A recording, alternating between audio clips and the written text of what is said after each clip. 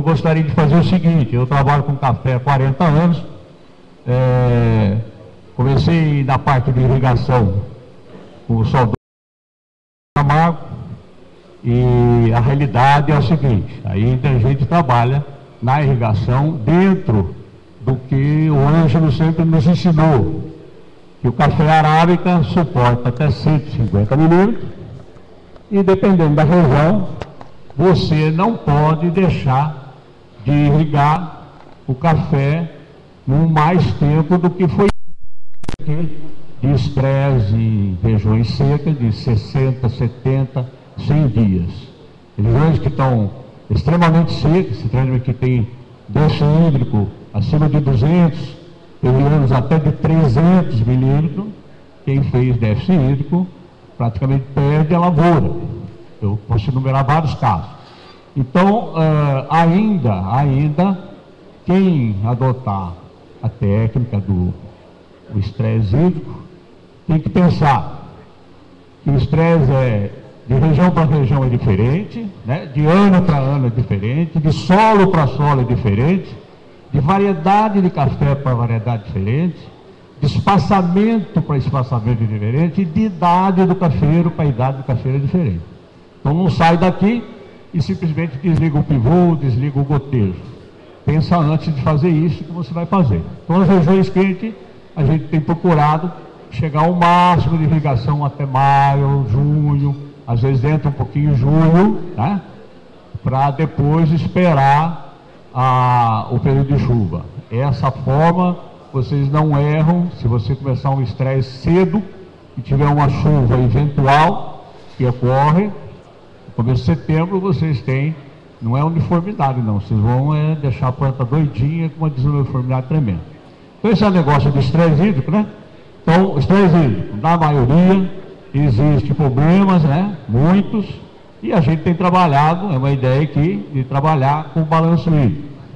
Dentro da irrigação, que foi dito hoje de manhã, e pelo professor, aqui do nosso lado, existe muito erro de sistema, muita instalação de gotejo, ainda de metro, em regiões de solo arenoso, gotejadores de metro, gotejadores de baixa vazão, que você não consegue depois encher a caixa, como diz o outro, ou encher a capacidade de campo, e também várias instalações que o pessoal trabalha com uma lâmina pensando na média dos anos de uma determinada região, e quando a gente deveria fazer com a média dos piores anos, né?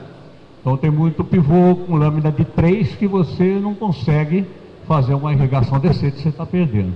E o dinheiro do pivô é o mesmo, tanto com uma lâmina, a diferença é tão pequena, com uma lâmina maior e uma menor. Então esse é um outro ponto que eu acho que vocês deviam ter atenção.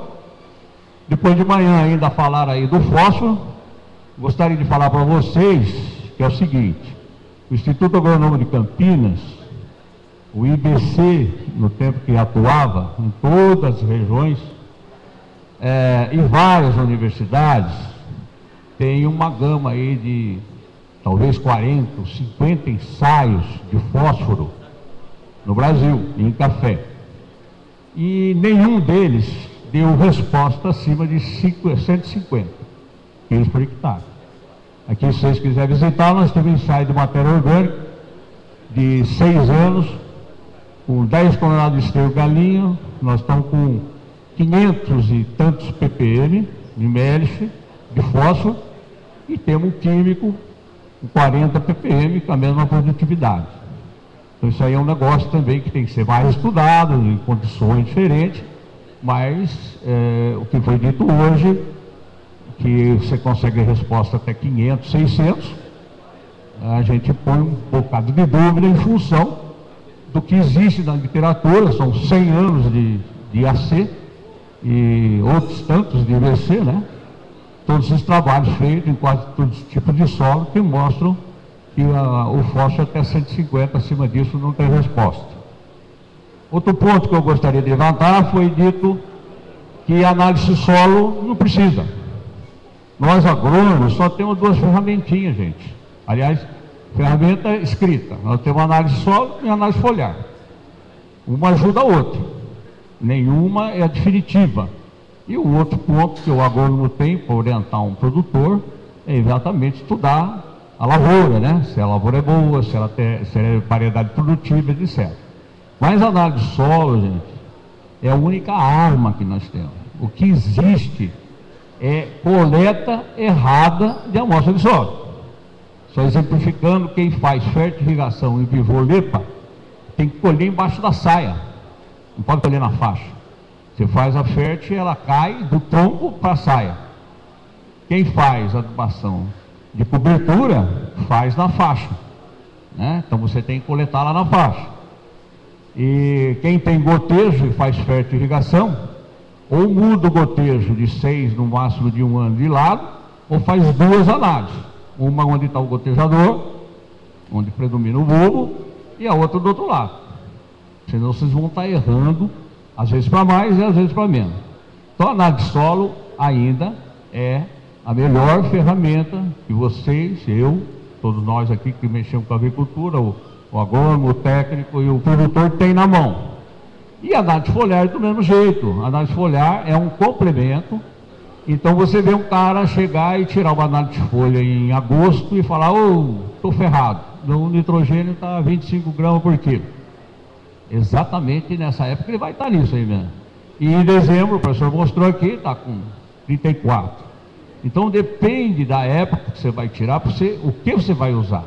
Tem determinados elementos que eles acham no seu pique no verão, no começo do outono, e outros no inverno, né? Então, existem vários elementos, voltando no fósforo, que você pode ter um nível altíssimo no chão de fósforo e não dá correlação foliar. Então, essas coisas, é só para complementar as palestras hoje de manhã, né? As belíssimas palestras, nesse sentido, para vocês não sair aqui com uma regra definitiva, né? Aí eu vou fazer isso, tá certo? Bom, do professor Rubens aqui, nós vamos abrir para perguntas, né? Então eu queria elogiar a palestra do professor Rubens, trouxe uma novidade que nós estamos conversando aí no particular, então nós vamos conseguir. Ele me falou uma coisa que a gente sempre batalhou: não interessa muito o sistema, interessa o coeficiente da sua cultura. Se você definir o coeficiente da sua cultura, você tira um pouco de água ou você aumenta a água. Então, se o meu pivô é deficitário, eu vou aumentar as horas, eu vou aumentar a rodagem do pivô, não é isso? Então, isso foi a melhor notícia que ele trouxe para mim. E a segunda melhor é que ele abriu um outro leque aí de pesquisa, que nós vamos mexer com esse negócio da temperatura dele, porque eu acho que isso aí vai ser prático, principalmente quem faz agricultura de precisão. O Rogério, nós já falamos aí do benefício do Sebrae, e o nosso professor Casarinho aqui, uma palestra maravilhosa, e eu vou fazer a primeira pergunta para o senhor, né, dando aqui, e depois abrindo para o pessoal. Tem uma afirmativa muito antiga do professor Alcardi, de Piracicaba, ele foi contemporâneo nosso, eu sou velho para danar, hein? Que ele afirmava o seguinte, que o melhor aproveitamento do nitrogênio, vamos falar só do nitrogênio, ocorria quando você tinha um pH entre 5,5 e 6,5. E quando esse pH se mantinha 6,5, o aproveitamento chegava na casa dos 90%. Idem ao potássio, e o fósforo chegava a 50%, e o cálcio e o magnésio chegava a 80%. O senhor afirmou aqui, né, que o aproveitamento é 18%. Foi isso ou eu enganei? No balanço. Tá. Então, nós temos trabalhado aqui, por exemplo, carga alta, pelo menos eu tenho trabalhado carga altas, 70 sacos, 60 sacos, um nível aí de 500 kg de N, né? E 70 sacos tira mais ou menos 140 de N do chão. Então, se o aproveitamento ficar baixo assim, tem que jogar 1000. Então, gostaria que o senhor... porque ficou essa ideia, entendeu, professor? Às vezes a gente entendeu errado, então, se me desculpa, gostaria que o senhor detalhasse mais. Tá, Centenato, não necessariamente a gente pode dizer que o que está acontecendo por ter esse baixo aproveitamento, nós temos que aumentar a dose a ser aplicada. A dose, ela pode estar correta, mas a planta, alguma coisa está acontecendo que ela não está aproveitando isso de maneira correta. Está se perdendo de alguma forma. Então, eu acho que esse é o ponto, né? Não é aumentar a dose. O balanço, ele faz o seguinte: você tem a sua área, está sendo aplicado fertilizante, né? E está saindo isso na forma de produção. Então, esse balanço é que está baixo. Tem, como que eu poderia explicar, mas eficientemente a planta não está conseguindo tirar disso que está sendo aplicado e transformando em produção. O aproveitamento que está baixo, né? E hoje a gente nem está, o termo que a gente está usando não é mais balanço, mas é desfrute, né? A planta não está desfrutando disso. No café, eu acredito que ainda tem alguns fatores, Santinato, que a gente precisa descobrir o porquê desse valor baixo. Talvez ele não seja o correto totalmente, né? Talvez esse valor pode ser superior. Então, por isso que eu falei no início, nós estamos nos lançando na cultura do café, dentro do nosso programa, realmente para entender e aprender de que forma esses nutrientes estão sendo trabalhados no café. Se realmente ele está sendo mal trabalhado, mal manejado, ou os cálculos que nós estamos fazendo não estão correto totalmente, né? Então é isso. Não sei se eu vou conseguir explicar. Bom, então está aberto as perguntas da plateia, quem desejar, é só passar o telefone lá, o microfone. Telefone. Alguém, pessoal? Eu gostaria de fazer uma pergunta para o senhor. O senhor colocou agora há pouco a respeito do aproveitamento de adubo, né? E colocou um aproveitamento de fósforo bastante baixo. E sobre a ureia protegida, eu mesmo fiz uma aplicação há poucos dias e fiquei com essa dúvida. Havia uma umidade no solo, no momento da aplicação, com o sol aberto, e eu achei que aquela ureia ia se manter ali, né, pela proteção e tal, e só realmente sumir quando voltasse a chover, alguma coisa assim.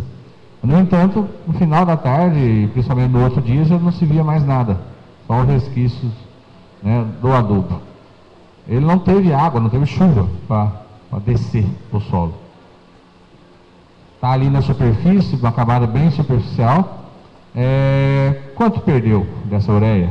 Ela desceu, ela está na terra, ela já está protegida, ou ela sofreu fortemente essa volatilização? Deixa eu entender bem. Ela foi aplicada em cobertura e do outro dia você já percebeu que não tinha mais ureia. Exatamente. E não tinha umidade no solo, mas não choveu. Havia chovido na noite anterior, foi aplicado durante todo o dia, e com a umidade que voltou à noite, né, durante a noite seguinte, a ureia sumiu. Só que não houve nenhum milímetro de precipitação. Então, da hora que abriu o sol no outro dia, eu acho que ela se perdeu a maior parte. Nessa condição, normalmente você tem perda. Você tem umidade, depois o secamento ou o sol, normalmente é propício para perda. Se perguntou quanto perdeu, é muito difícil se dar um número. Mas o seu pH é um outro fator extremamente importante para saber se essa perda é potencializada ou não. Porque a equação de perda de amônio, né, por volatilização, ela está muito relacionada à concentração do OH- no solo. Então, por isso, quanto maior o pH do solo, maior é a potencial de perda de ureia no solo. Porque o OH- é que vai fazer o NH4, o NH3 ser formado, né, que faz a volatilização. Então, se você tem um pH alto, você pode ter certeza que você teve um potencial de perda maior, né? Em termos de número, é sempre difícil a gente falar em termos de número, né? Como também é difícil falar assim, você perdeu. O que a gente tem na literatura, em termos de o que precisa de chuva para que essa ureia seja incorporada e não seja perdida? Você vê de 10 a 20 milímetros. né? Então, como você falou que não teve água, né? Não teve chuva, não teve 1 milímetro, você começa a supor que não teve a incorporação dessa ureia no solo e ela tenha sido incorporada, né? Então, é tudo muito, você fica muito na suposição, né? Mas, dando números, o que a gente tem de números de perda, ela gira em torno assim, de 25% a 30%, que é uma média do que se perde de nitrogênio por volatilização, no caso da aplicação de ureia. Ok. Pessoal, estamos abertos para novas perguntas. Mais alguém?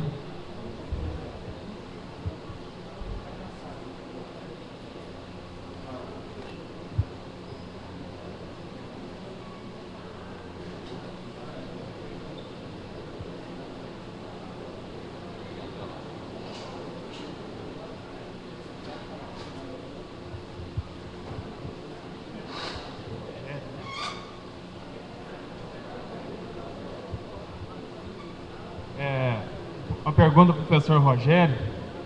Sou engenheiro agrônomo, sou consultor lá na região de Três Pontas, no sul de Minas Gerais. E, como o senhor disse, dentro do custo hoje de produção final da cafeicultura, o grande gargalo e o maior custo desse custo está voltado aí no custo operacional de colheita e o custo dessa mão de obra no momento dessa colheita. E, de uma maneira geral, a gente tem visto algumas propostas de manejo lá na região, adotando o sistema Safra Zero como uma forma de otimizar a mão de obra dessa propriedade e operacionalizar também a parte de maquinário dessa fazenda no momento da colheita. Se o senhor pensar que um soprador, uma trincha, uma colhedeira, um varretudo, uma mogiana, são operações lentas, operações caras, e na grande maioria ainda tem muitos produtores que não têm esse tipo de maquinário nas suas propriedades. E a gente tem visto, quando a gente está computando esses custos de produtores da gente, trabalhando nesse sistema Safra Zero, a gente consegue reduzir esse custo aí até de 20% a 30% num custo bienal. Onde que a gente vê que, às vezes, você colhendo 40 mais 40, se você colher 70 de uma vez só, você consegue ter um custo até mais baixo do que 40 com 40. A Educampo, junto com o Sebrae, tem alguma proposta de ação com relação a essa proposta de manejo de Safra Zero? Não. Proposta engessada, não. O que a gente tem observado é que à medida que se conhece realmente esse detalhamento de custo e as alternativas, seja ela de Safra Zero, de adubação orgânica, enfim, seja lá o que for, o importante é que à medida que você tem o detalhamento da informação de uma determinada prática numa determinada propriedade, você começa a ter possibilidades de fazer diferente. E fazer diferente melhor, com vistas a ter uma remuneração maior no final das contas. Se você lá na sua experiência, por exemplo, observa que esse produtor está tendo redução de custo de 30% a 40%, eu não tenho dúvida, pode estar aí um excelente caminho. Mas eu não posso trazer isso como uma regra ainda, né? A gente tem informação também aqui no Cerrado de adoção de Safra Zero com bons resultados econômicos, né? Em função exatamente disso, com redução de custo, e acho que essa sim pode ser uma boa alternativa, mas acho que precisa de mais estudo e cada caso precisa ser analisado como um caso específico, mas pode estar aí uma grande alternativa sim, sobretudo para regiões de custo alto, né? Ok? Pessoal, mais perguntas? Aproveitem aí para a gente ficar craque desse negócio de adubação com café e saber ganhar dinheiro com isso, com o pessoal aí do Sebrae e a galera.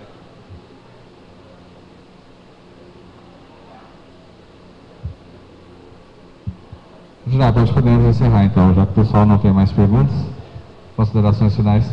Então, nós agradecemos os palestrantes, agradecemos a presença de vocês, e amanhã aí tem várias palestras de alto nível aí, estão todos convidados. Muito obrigado, boa noite.